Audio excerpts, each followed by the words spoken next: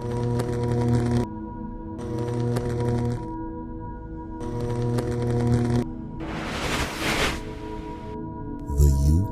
UFO Channel. Ever since I was a little kid, I've been obsessed with the idea of extraterrestrial life in outer space. It's like it was born in me. To me, it's not about belief at all. It's about the truth, and it's about being open to all of the different hypotheses, all of the different data, and just trying to learn as much as we can. I've always been interested in UFOs, and it's just sort of been a lifelong obsession. When I became a MUFON field investigator and I started investigating the phenomena for myself, it was like a fish to water. It was what I was meant to do, what I was born to do. I view it as a mystery. I think it's ridiculous to think that there's not other life out there. I like investigating things. It's just in my nature. So this is all coming out soon. You can't ever talk about this. You know the old saying, I want to believe. That's me. Here we are with Jeff Krause, outside of the MUFON headquarters here in Newport Beach. We made it In one piece. 2 pieces. 1, 2. I think that MUFON's creed says it all. The scientific investigation of UFOs for the benefit of humanity. Well, it's the Mutual UFO Network. They take in reports of sightings and experiences and put it all together and sort of research the entire subject. MUFON started out as a Midwestern UFO network. 1969, when Project Blue Book, the Air Force's official investigation into UFOs, closed. That's when MUFON became the Mutual UFO Network. And we've been doing the Air Force's job ever since. And it's a private group. We're all volunteers. And I've got a little team of 8 people that work, under me at MUFON. Specifically, I'm interested in astrobiology, which is the search for life on other planets. Now, interestingly enough, most people who are in the field of astrobiology would not necessarily be interviewed on a UFO documentary. Mostly, we do this out of love for the phenomenon and just a quest for understanding this phenomenon. The way I will do a UFO investigation, if it's through MUFON, I'll have a report come in. People will, if you see a UFO, you don't want to call the Air Force or the police or, I mean, you could, but usually they'll shuffle that under the doormat, But if you go to mufon.com, it'll say report a UFO. You click on that and it'll ask you questions. What area of the sky you saw it in, what time of day or evening it was. They'll want to know where you were at, what your city was. I'll first send the witness an email, tell them who I am and that I'm responding to their MUFON report, and find out a good time when we can talk on the phone and schedule an interview with them. Part of it is a bit of a hunger. I gotta figure out what this is.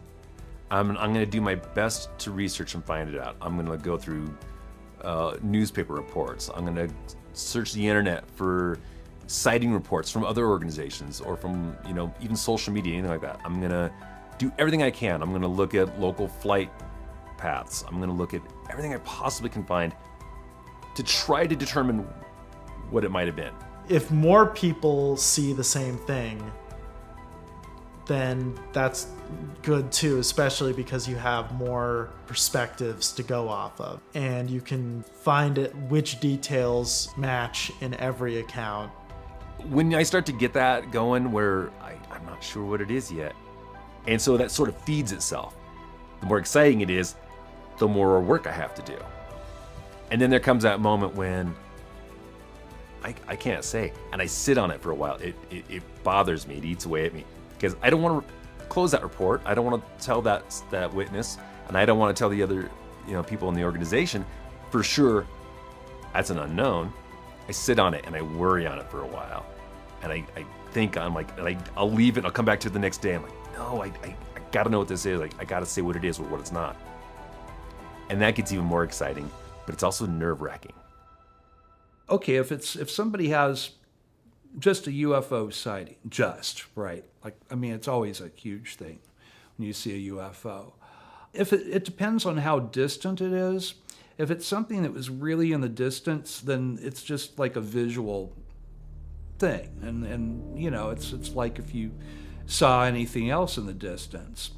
But sometimes when somebody sees a UFO in the distance, a weird thing happens. It seems like this telepathic connection happens. Suddenly the UFO is right on them. And usually the last thing I do is, before I close the case, I contact the state director and our chief state investigator, and I say, hey guys, I think I might have something here. Would you look at what I got? Look at my notes, look at my report, and tell me what you think? In my mind, the holy grail of UFO investigation would be if you could actually get some kind of a material fragment from the UFO, an artifact. That's assuming that they are physical objects, but let's say that they are for a second. If you could get an actual piece of one, that would be a game changer. Because then you could take it to a lab. You could look at its isotope ratios. You could look at what elements it's made out of. And, you know, you could see if it matches what we know could come from the Earth. And that would tell you something pretty substantial about where these things are actually from, or what their origin is. It's fun, it's exciting. A lot of the basic day-to-day investigations can easily be done by remote. Phone, video chat, email, that kind of thing. Depends on the type of report it is. Your basic day-to-day, hey, I saw something weird. I can do that over the phone. I can conduct an interview, and I can go through the investigation that way. I'll research the locations, go through, look at the air traffic in the area, check news reports, everything that corresponds on the date of the sighting, just so I can get an idea of what that person did or did not see, or what may or may not have happened. As the type of sightings level up, those would merit an in-person investigation, say to investigate an actual landing site, or a face-to-face interview with somebody who's actually had a face-to-face experience with something else. All the way up to, Mufon has a division that does underwater research with trained scuba divers. They have a 24-hour response team. So, you know, if there's another Roswell incident, we can have people out there within 24 hours on the ground. Well, I think the public would be surprised to find out there's quite a few scientists, ex-military, police officers, a lot of very highly credentialed people involved in MUFON. But there's also housewives, just anybody who's interested who wants to help. I think it helps if you're a pure skeptic. That's not good. If you're like everybody is space brothers and everything's a UFO, that's not good either. You know, you have to be able to look at stuff and try to be skeptical and try to figure out what prosaic thing that object might be, or what the person saw and what it might have been that's other than a UFO. And it's almost like you check everything off and you just keep on, but at the end of the day, if I can't find a scientific explanation for that, you know, sighting, there's your UFO. Doesn't mean that it's from an alien planet. I mean, it might be a black project of our own that I'm not aware of yet, but it's still unidentified. And that is what a UFO is, an unidentified flying object. It's pretty easy, actually. You can go to MUFON's website and you can read up on them and see what they're all about. You can become a member.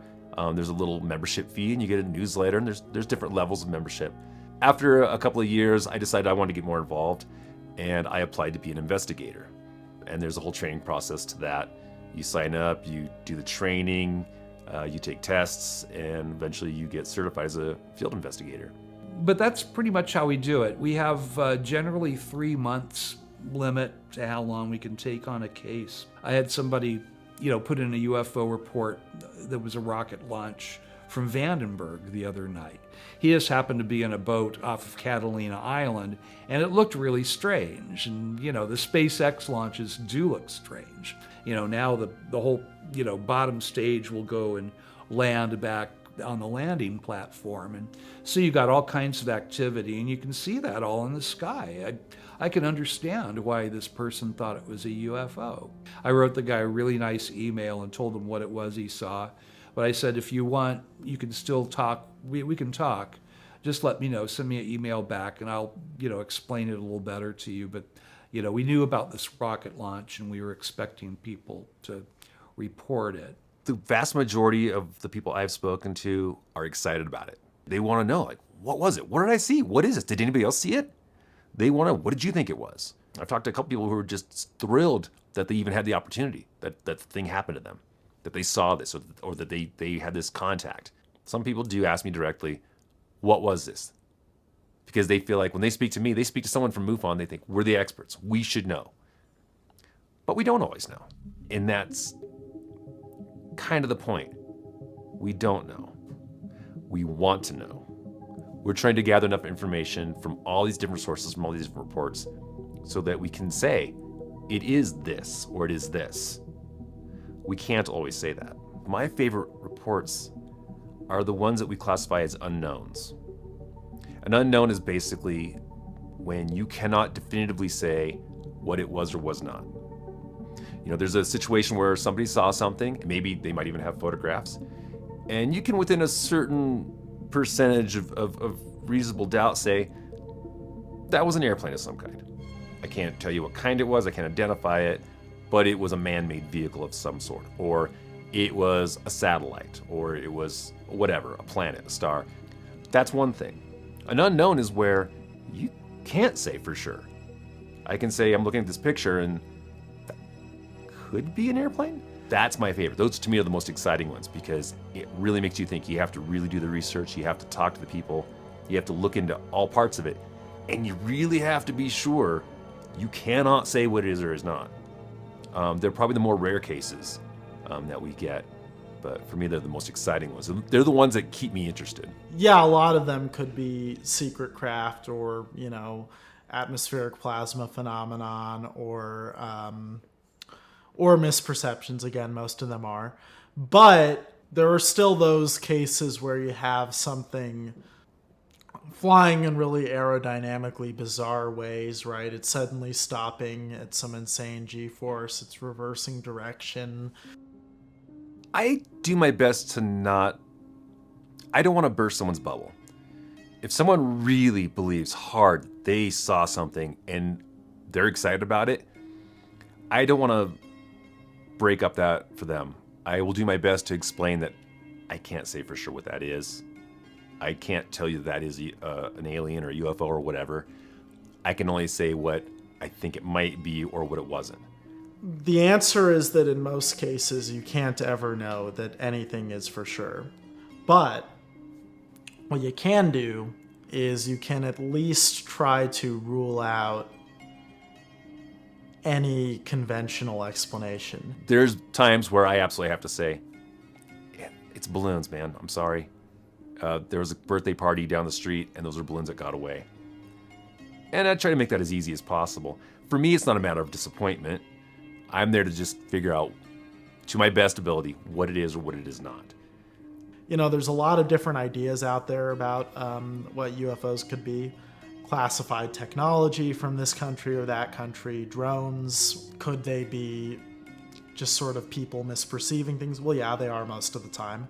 Could they be some kind of new atmospheric phenomenon? Could it be some kind of a plasma, like ball lightning or something? Could it be extraterrestrial? I would say something like 98% of UFO sightings have a completely prosaic explanation and are completely explainable as people misperceiving things and optical illusions. To sift out the minority of UFO reports that are interesting from the majority that are just sort of people seeing the International Space Station, what you really have to do is go in, look for every explanation, and rule it out one by one. It's really all about skepticism in a lot of ways.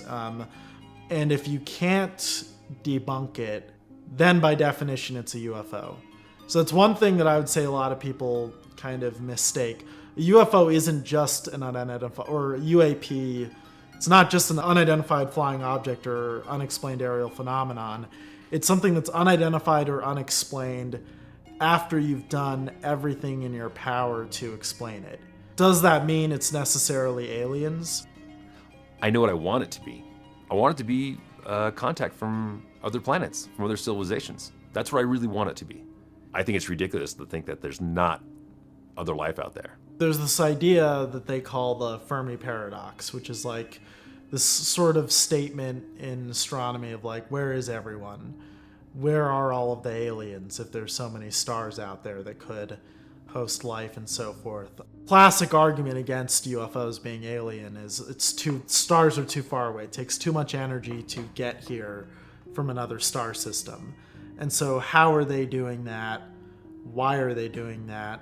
How could they possibly have enough time to do that anyway? Because it's just really, and it is true, stars are really far away. Take the Voyager, which is the furthest thing we've ever sent out of the solar system, something like 50,000 years to leave the solar system. The other side of it is that space is very big. It's also very, very, very, very, very, very old. So if you took the age of the universe and scaled it down to a calendar year, all of human history happened in the last 60 seconds of January 31st. Yes, the stars very far away, and it would take a very long time, but there has been enough time. So let's say an alien civilization wanted to spread out throughout the galaxy, right? The way they would do it is they would send out one craft to a neighboring star system. It would get there, it would arrive in the equivalent of the asteroid belt or whatever, it would consume some matter, and then it would maybe 3D print out daughter probes and send those every which way to different solar systems and keep doing that. Now, you'd get kind of this snowball effect where within a few million years, you could blanket the entire galaxy with probes. And it's possible to do it in a time scale that is much, much less than the age of the galaxy, which is somewhere around 10 billion years old. Is it kind of crazy if they're driving their spaceship from Zeta Reticuli every Monday to go hover over Billy Bob's farm? Sure it is. But it's not ludicrous to say that their probes could have passed through the solar system. You know, waves of traffic from that kind of colonization scenario could be in the solar system. They could be hiding somewhere in the asteroid belt or the Kuiper belt, the edge of the solar system, wherever. And maybe if they are, they periodically send their probes to observe the Earth. And that is within physics, within astronomy, within astrobiology, a completely reasonable thing to speculate about, and it's completely possible. When I was 5 years old, my mom did disclosure for me. Now, it wasn't a family secret. We all knew that Mom worked as one of Howard Hughes's 2 private personal secretaries. But when I was 5, for whatever reason, my mom got talkative and she just told me about a story about what she had gone through. That when she was working for Hughes, that they took her out to the middle of nowhere. She said it was a great American desert. She had a little security detail with them, and there was this bunker, this shack, is the way that she put it, a shack, and made out of concrete, and kind of low slung to the ground, and it looked like nothing. She said that she wondered why they were taking her out to where it looked like maybe they kept tools or, machinery or something. But they opened up the door as everything's locked and secured, and there was an elevator. So she got into the elevator with a couple of security guys, and she thought that it was going to go down a couple of floors, but it kept going down. And she said it just kept going, and it seemed to have a bit of speed to it, and she felt butterflies in her stomach. But when it finally stopped moving, she said that the doors opened up and there was a little city there under the desert. She said that they had little cafes and places where you could get food, and movie theaters and bowling alley. And she talked about how it was funny. There was this one cafe that had these yellow umbrellas over all the little tables, like a French cafe. And she seemed to get a kick out of the fact that they had umbrellas in a cave. But it is apparently to make people feel comfortable with their surroundings. My mom said that there were a lot of German rocket scientists that worked down there. No, I would ask my mom, well, what were you guys working on down there? And she would never answer that question. I still don't know. I still have no idea. In my investigations, there was one guy who was a RAF pilot whose mom was another secretary for Hughes, and she told him the same story. I heard this from a friend of his. She was more detailed when she talked about the lab. She said that it was Howard Hughes's lab. They had a little catwalk that went over everything so you could see what they were working on down there. It was quite elaborate setup. It was like something out of James Bond, but real. I would say that I was always really fascinated by just the question of other life in the universe. I grew up very into science fiction. Basically, just my young imagination kind of got captured by this idea of other life out there in the universe. And could we find it? What would happen if we made first contact? The first time I really heard her talk about it, and she would kind of say in general, well, we're not alone. We're not alone in the universe. There's too many stars, too many planets. It's impossible. So she didn't say that she had learned that anywhere exotic. There was one incident where my cousins were out visiting, and my aunt brought a copy of Look magazine, and it had the Betty and Barney Hill story on the cover. And while my aunt was very skeptical about the Betty and Barney Hill case, she was, saying that, well, how would this happen, and how wouldn't everybody else have seen this? A spaceship coming down, wouldn't the Air Force have known about it, and blah, blah, blah. And my mom said to her, from what I know, what I've learned, this could very well have actually happened. We aren't alone, and the government knows this. And my aunt at that point said, oh, well, this is crazy. It's like a bad science fiction film. It says that they stuck a needle into her navel. That was the first time I heard my mom say that, that this was a real thing, that UFOs were real and that the phenomena, there was something to it.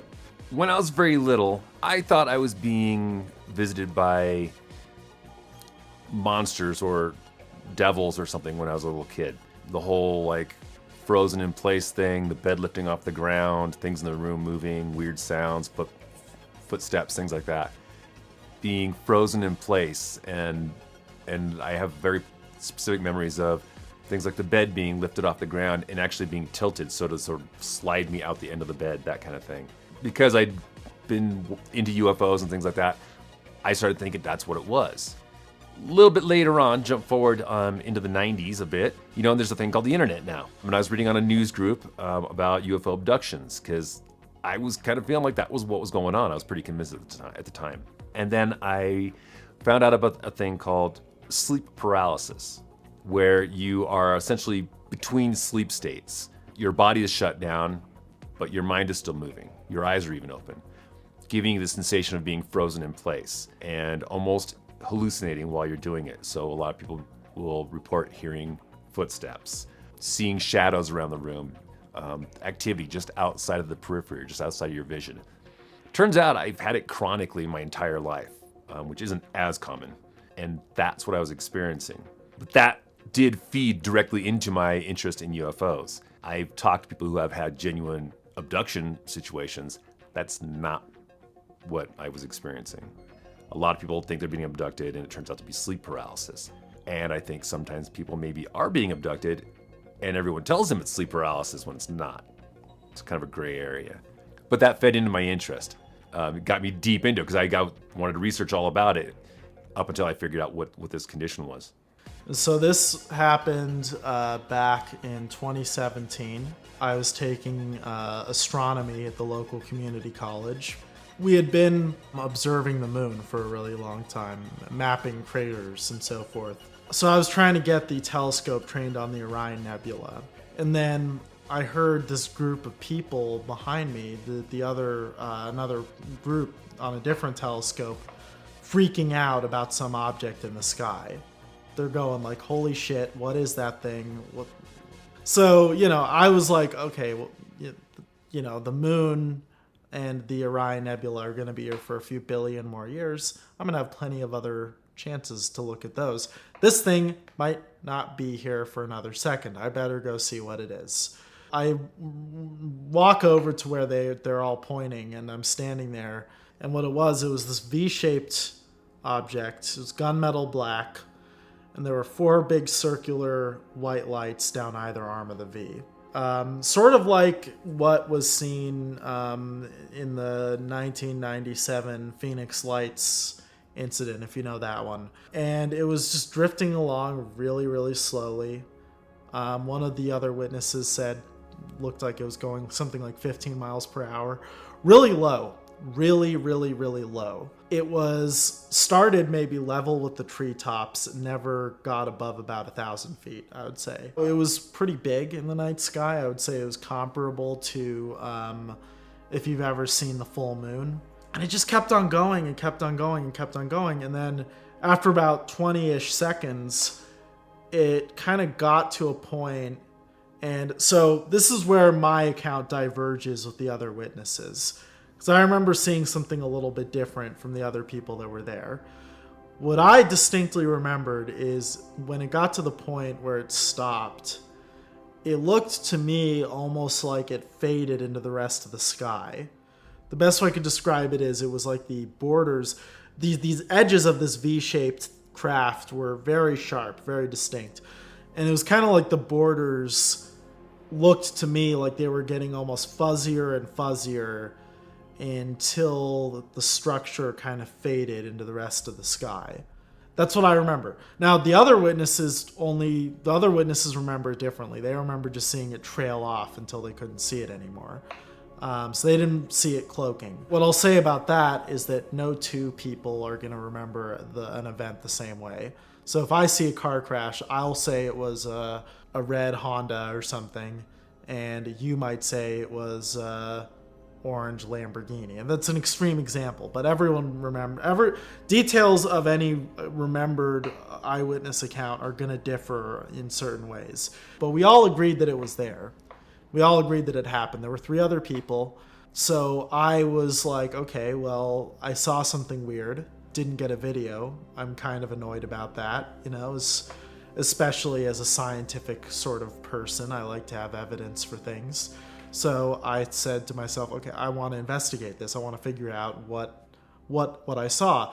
And I want to see if I can get to the bottom of it. The way that I became a MUFON field investigator is it was after my mom passed away. I started just voraciously reading the literature out there. Before, when my mom was alive, there was always that chance that she might give me that golden ticket and finally, just tell me outright everything, and there's no chance of that now. I just kept on reading and watching shows and finally realized, I'm no better off now than I was before. I don't know who to believe and what's true and what's bogus and what. Around 2014 or 15, Hainer 1 TV show came on, which was the MUFON-produced UFO show. And it was a cut above everything else that was out there. It was from case files. By watching that show, I finally decided I want to do this. I want to go and investigate my own cases. And that way I'm not reading about somebody else, the investigation they did. I'm not questioning the veracity of these reports. It's feet on the ground, and it's me doing it. But I found my state director, who is Jeff Krause at that time, and he told me, if you go to MUFON.com, it'll say, become a MUFON field investigator. Just click on that. It'll give you all the information.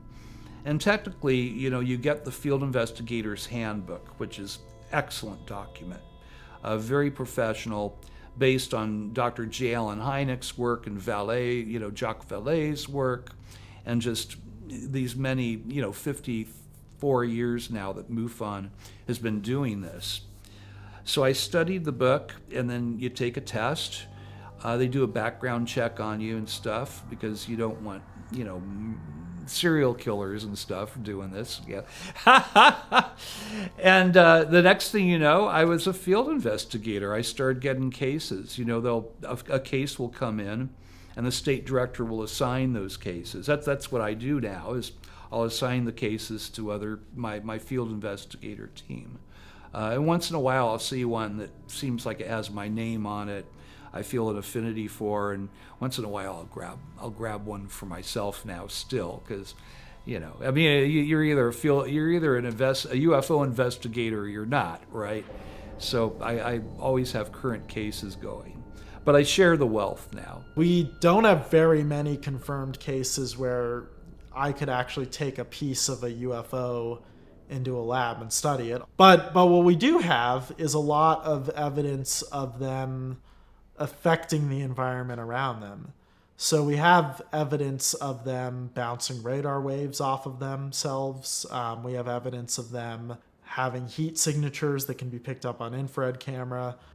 There's definitely a great interest in our military capabilities by our visitors. This is why we see things like my friend Robert Salas, for instance, who was the commander of an ICBM base in Montana back in 1968. They had a UFO that was hovering right over the missile base. The little guy in the guard shack is calling down. Everybody sees this thing. Each missile went offline. Boom, boom, boom, boom, boom. And then they went back online. Boom, boom, boom, boom, boom. It's like, this is what we can do. Yeah, you can build these things, you can aim them at each other, but you're not in control of what finally really actually happens to them. We have final word on that.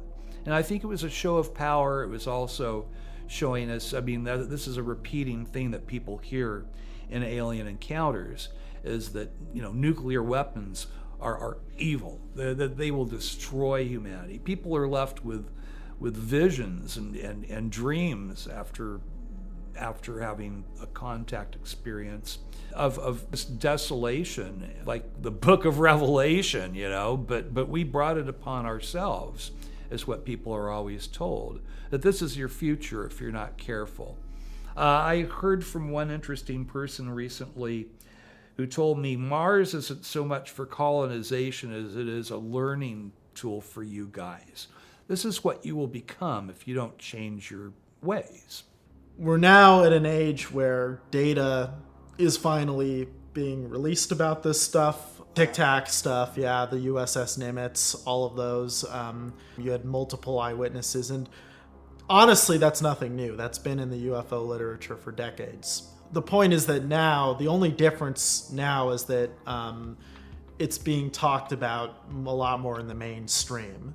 And so now even NASA is openly getting involved in investigating UFOs. That was something that was announced just like 3 weeks ago. Well, I know there's been a string of sightings over the years of military pilots seeing strange objects flying around while they're up in the air, and not just visual, but also being picked up on radar. The pilots are picking it up, and the radar towers and the bases are picking up as well. And there's plenty of audio recordings of the pilots talking back and forth and describing the sightings as they're seeing them. Seems like a lot of them are taking place over the water, over our coasts. And there's a whole theory on aquatic UFOs. I find it very interesting that the military is finally acknowledging this and releasing it. Best evidence I've heard of up till now. I would say I would hearken back to what everyone kind of talks about, which is the Tic Tac incident. As far as the Tic Tac and the way that the government, I think that they were very, very, very foot-draggy about it.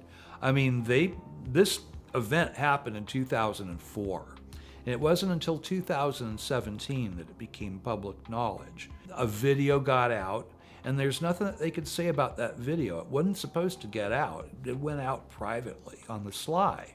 And one of the pilots, he more or less videoed his radar screen or his FLIR video screen of what they were seeing. And there you see this craft that's just doing things that are impossible for anything that we have to do. Yeah, there was no visible means of propulsion, which is really weird. Really, really weird. I mean, that shouldn't be possible with what we know. No visible means of propulsion and being able to do those maneuvers. And being able to, I mean, if you think about it, right, from a physics standpoint, if you're in a really fast-moving thing that's going at thousands of Gs and suddenly stopping, you would be turned to paste. Because, if you've ever been in a car that suddenly stops, the inertia is a thing. You would be thrown to the wall of the thing really, really hard. Somehow, that's not happening to whatever is piloting these things, unless there is no pilot. I think the likeliest version of the extraterrestrial hypothesis, from what I know, is that they might be machines, probes. So I think that the government was kind of forced to acknowledge that, yes, it's a thing, and it opened up the whole can of worms. At one point, I think the original footage had been leaked out, and then a little while later, the military officially released it. That's an amazing step. That's a huge step compared to the last, let's say, 60, 70 years, where they just say, no, it's nothing. We don't know anything. We don't research that stuff. Turns out they have been researching it all along. They've been keeping tabs on this stuff from day one. And I think that they're afraid that if they put stuff out to the public, you're also putting it out to our enemies. You're putting it out to other, other foreign nationals that might not have our self-interest in mind. So I can see why they're foot draggy about it. I can see why they didn't want that information out there. But it's about time. And I think these Tic Tac sightings are a huge step in that direction to getting what we call disclosure. With the government saying, yes, here's what we know. Here's what we've got on file for all of this stuff. And they bleed it out a little bit at a time to us, but I think there's a lot more they're not saying. I know there's a lot more they're not saying. Cases where you have multiple sensors that are all picking these things up. So it's not just eyewitnesses, but it's all of these sort of things that are designed to monitor the sky, because the thing is, a delusion, a hallucination can't bounce radar waves off of it, and it can't show up on an infrared camera. Especially near air bases or anywhere where they have nuclear weapons, anything of that sort of high security areas, they tend to see that a lot more. Traditionally near missile silos and things like that. There's been plenty of cases of anything from just strange lights to there's been historical cases of having alarms and things being set off, or even triggering launch sequences. And there's even been reports of just not military necessarily, but NASA test flights being messed with, seeing lights and seeing things moving around the launch site and having the launch being shut down. We didn't do it. What keeps shutting this off? What keeps breaking? But nobody could figure out what it was, except that it lined up with these weird lights and these sightings at the time. It's very difficult, I would say. It's very difficult to do that with at least the physics that we have. But that's what makes them interesting, right? So the analogy that I would make is if these are alien, they are interstellar in origin, then it's kind of like the level of technology that you would need to do what I just described, colonize the whole galaxy, possible, but very advanced. Advanced enough, in fact, that I would hearken back to Arthur C. Clarke's old quote, "Any sufficiently advanced technology is indistinguishable from magic." It would be a little bit like magic in the sense that, if you sent a nuclear reactor back to Victorian England, that would really be magic to them, because they don't understand. That would have been before Marie Curie sort of figured out radium and figured out, it wouldn't make any sense. One signifier of extraterrestrial technology they got here from another star system should be that it doesn't make sense to us. It shouldn't make sense to us. I mean, yeah. I mean, there's some stuff I don't necessarily like to say or talk about just because I don't like to give definitive answers. And I also like, with cases I've personally worked, I don't like to talk too much about it because these are private citizens that may or may not have said, hey, you can talk about this or you can't. Sure. When you file a report, there is a box that says, do you want to remain anonymous? Do you want to keep this stuff quiet, or do you care? There's a thing for that. I just assume, even if they don't care, I don't like to say that, oh, this lady from this specific town on this specific day saw this thing, because people will put two and two together. They'll figure out that was Mary Jane who lived in, Las Vegas, and they'll figure that out. And maybe that person doesn't want anybody to know about it. So I tend to shy away from giving too much detail on, actual real cases I've worked personally. Yeah, there's a few different reasons. The subject was stigmatized, but it was more stigmatized from the standpoint of most of the scientists involved in the search for life obviously would tell you, yeah, there's probably life out there, or else they wouldn't be spending their careers on it, right? But the idea was, it's very difficult for interstellar travel is really hard. And why would the aliens come here to just sort of show up and hover over some dude's farm in Kentucky and abduct a few cattle? Or you've heard the old stereotype about UFOs. You know about it. And so that was a big part of it. I think another thing is that UFOs are a very difficult thing to study with the scientific method because you can't predict when a UFO is going to show up. So if I wanted to observe a star, let's say, I could train my telescope on it, and I know that star is going to be there tomorrow, so I can train my telescope on it again. So I can reproduce whatever I find. UFOs, you don't know when one's going to show up. You can't set up an observation station and experiment and everything because it's completely unpredictable. It's very difficult to sort of get repeated tests.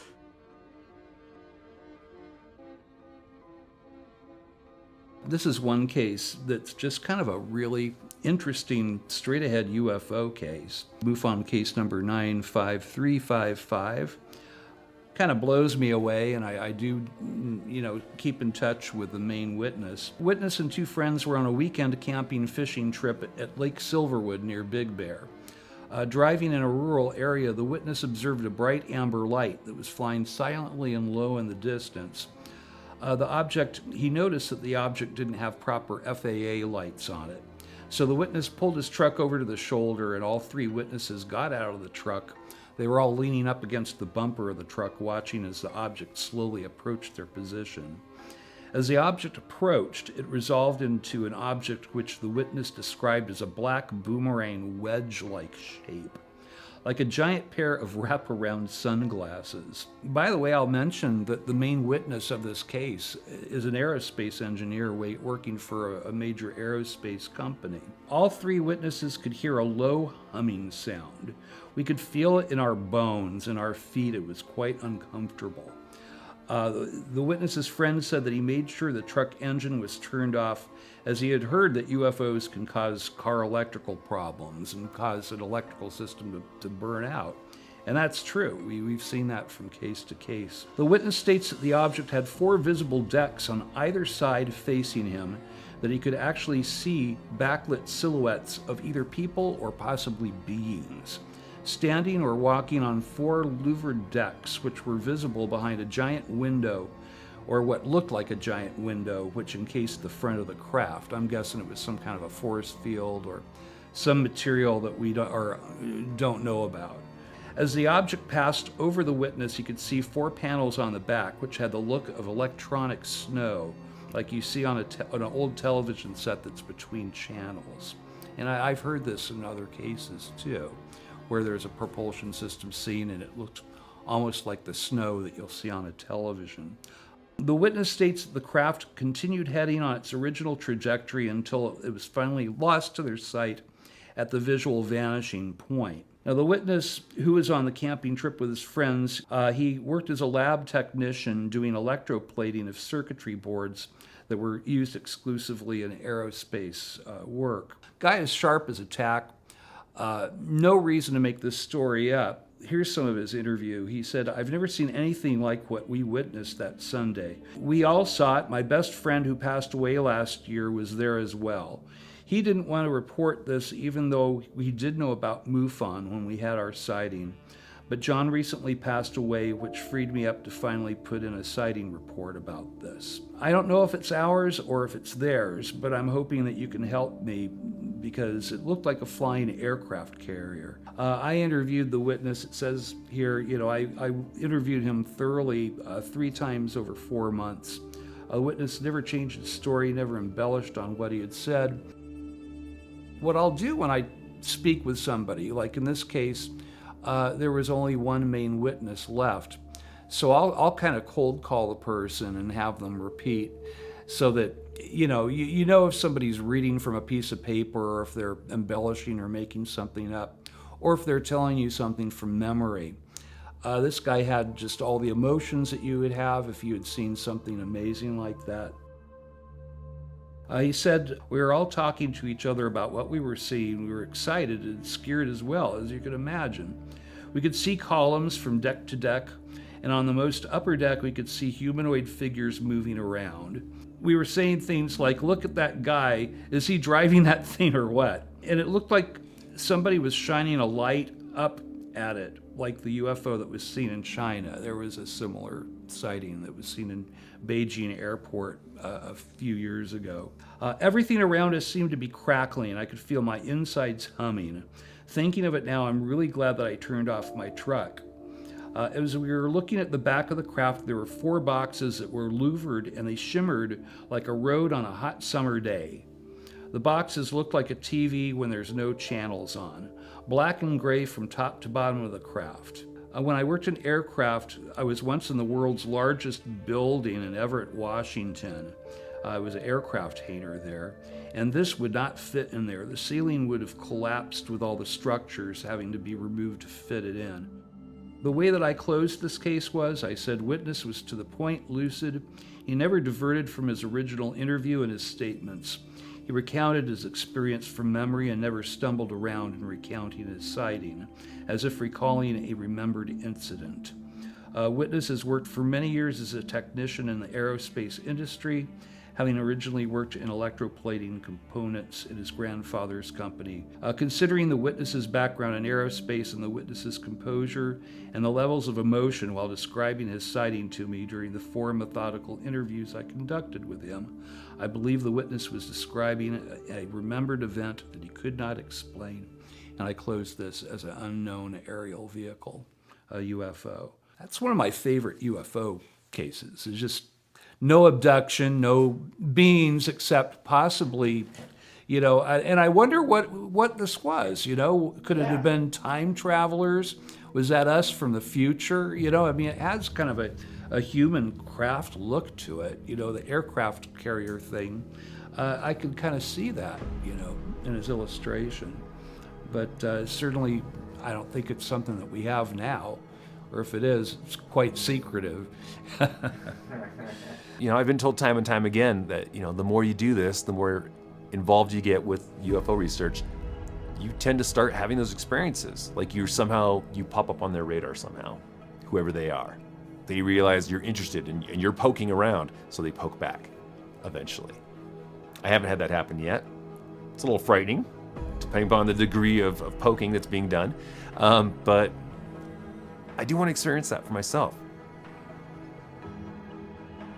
If anybody out there, if you've had an affinity for the things that I've been talking about and you'd like to do this yourself, it's not only very possible, it's pretty easy to do. You just apply yourself, read the book, take the test, and then you start getting cases. And we mentor you at first.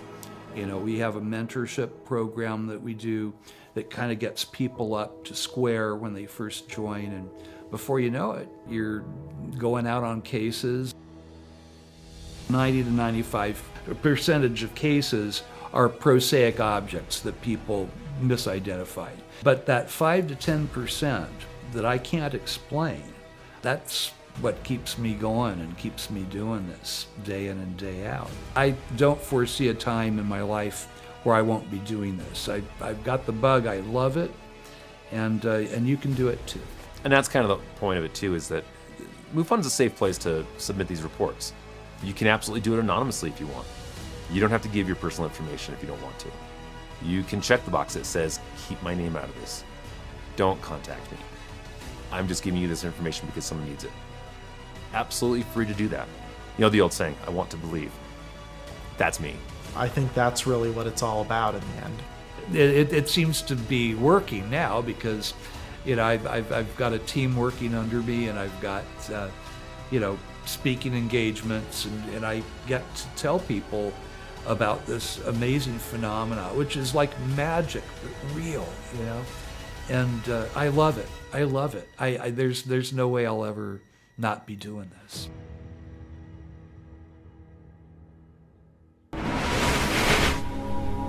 The UFO Channel is asking the public to send in their UFO, UAP videos to be displayed on the UFO Channel. With your contribution, you will be helping us bring full disclosure from the government about the alien presence on Earth. Don't forget to write a comment, and don't forget to push the like and subscribe buttons for the UFO Channel. Regardless of what any publication or anyone says, only the truth matters.